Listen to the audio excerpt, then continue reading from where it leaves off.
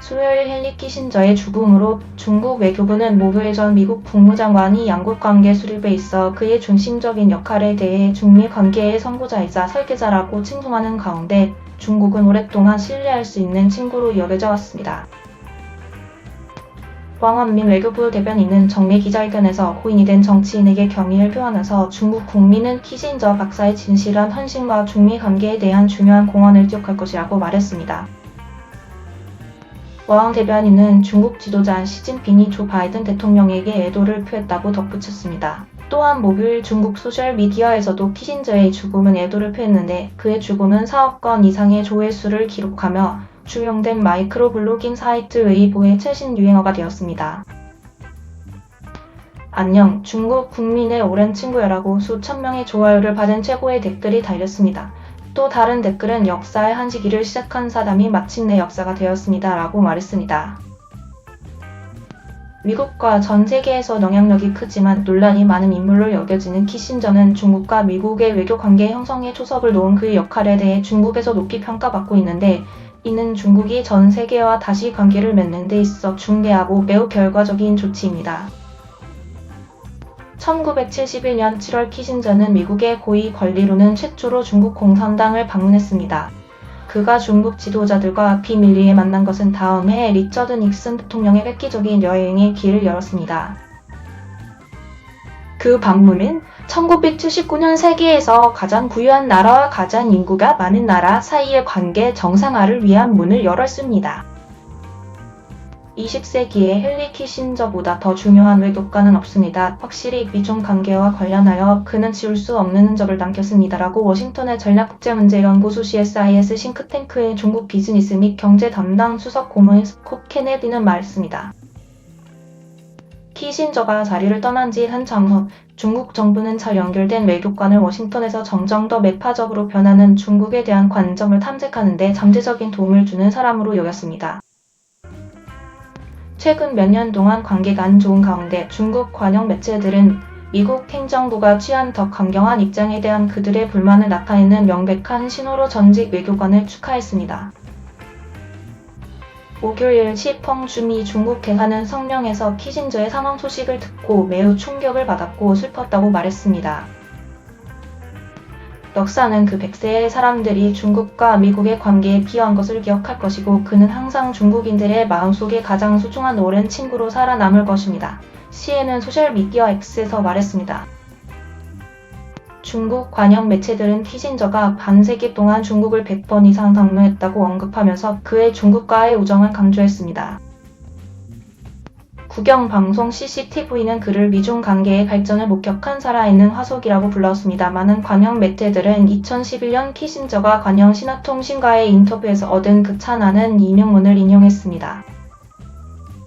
중국은 내가 가장 오래 그리고 가장 깊이 있는 접촉을 한 나라입니다. 중국은 내 삶에서 매우 중요한 부분이 되었습니다.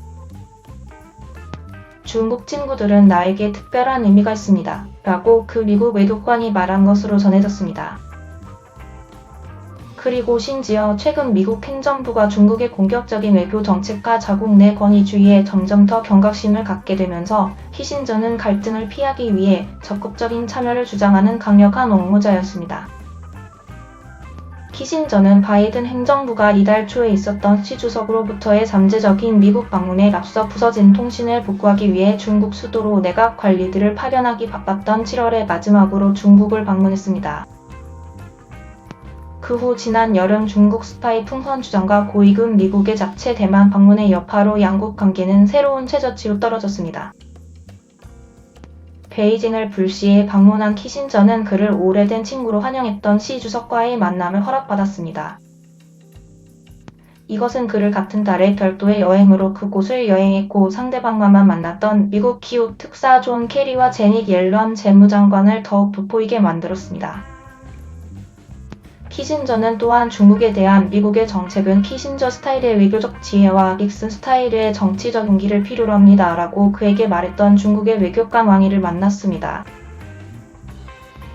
그 여행에서 키신저는 오래된 친구 외교의 예로 중국 관영 매체에 실렸습니다. 싱가포르 국립대학의 이관유 공공정책학교의 부교수인 알프레드 웨에 따르면 그들의 나라와 중국 사이의 긍정적이고 안정적인 관계에 기여한 국제적인 인사들을 언급하는 중국의 반응을 언급했습니다.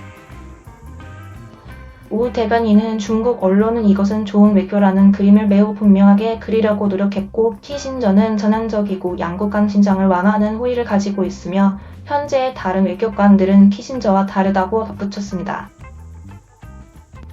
우 대변인은 사실 중국은 자체 외교에서 미국의 친한 친구가 되는 것을 목표로 하지 않았다며, 키신저, 플라잉 타이거스는 모두 시진핑이 추진하고자 하는 미중 관계 황금 모델 또는 좋은 옛 시절 이야기의 일부라고 덧붙였습니다.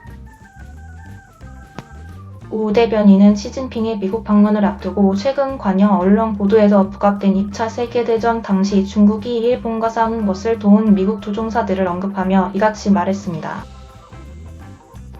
하지만 일부 중국 지식인들 사이에서는 키신저가 중국과 평화를 증진하려고 했을 뿐 중국의 정치 현실에 반하는 원칙이 없었다고 말하는 등 그 유산에 대해 혼잡한 감정이 있다고 우 대변인은 덧붙였습니다.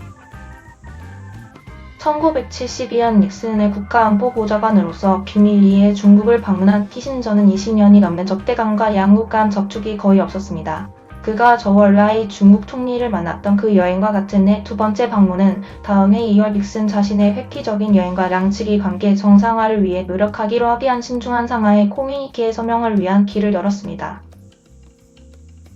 약 8년 후 공식화된 미중 관계의 구조적 변화는 1980년대 초부터 시작된 광범위한 경제적 참여의 문을 열었습니다.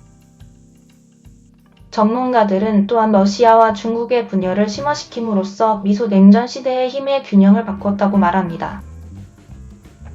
하지만 거기에 도달하는 것은 중대한 도전이었습니다. 1960년대 미국에서 조용히 중국과의 관계 정상화를 위한 길을 찾아야 한다고 요구하는 다양한 목소리가 있었지만 실제로 그 과정을 실행하고 얻기 위해서는 매우 신중하고 현명한 외교가 필요했습니다.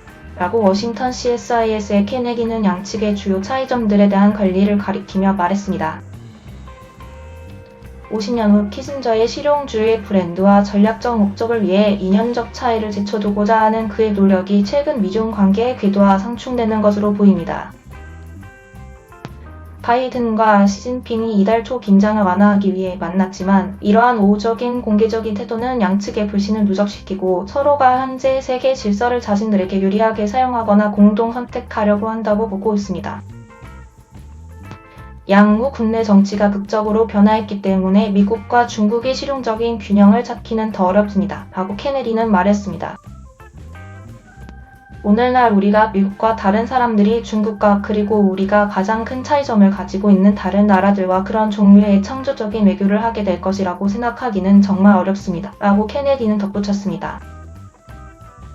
그것이 키신저가 할 수 있었던 것입니다. 이상으로 클릭뉴스였습니다. 시청해주신 모든 분들께 감사합니다. 더욱더 좋은 영상으로 찾아뵙겠습니다.